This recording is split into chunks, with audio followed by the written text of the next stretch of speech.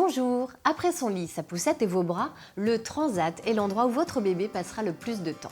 Pour le bercer, jouer avec lui et lui donner ses premiers repas, cet accessoire sera un allié pratique et sécurisé.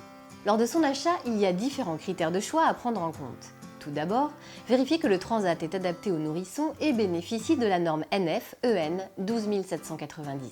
Dès les premières heures de sa vie, un bébé doit pouvoir s'ilover sans risquer d'avoir mal au dos. Les modèles équipés d'un réducteur ergonomique sont encore mieux pour un nouveau-né. Ensuite, regardez le harnais. Pour plus de sécurité, optez pour une attache 5 points. Enfin, dernier critère important, la housse. Elle doit être déhoussable et lavable. Si bébé prend ses premiers repas dans son transat, il est primordial de pouvoir le nettoyer. Pour un confort parfait, privilégiez un modèle avec plusieurs inclinaisons. De cette façon, votre enfant pourra manger assis, jouer en position semi-allongée et faire un petit somme allongé. Certains transats font également balancelle, ce qui vous permet de bercer bébé et de le calmer sans avoir à le porter. Souvent, les transats sont proposés avec des options, comme une arche de jeu par exemple. Votre bébé va ainsi pouvoir s'amuser en toute sécurité. Il existe aussi des modèles avec pare-soleil. Si vous voulez installer bébé confortablement à l'extérieur, il sera protégé.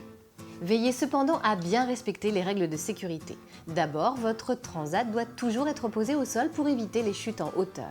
Ensuite, calez-le bien pour éviter qu'il ne bouge. Enfin, n'oubliez pas de toujours sangler votre enfant pour lui assurer une sécurité optimale. Lorsque vous sentez que bébé peut faire basculer lui-même le transat, c'est qu'il est devenu trop grand. À bientôt!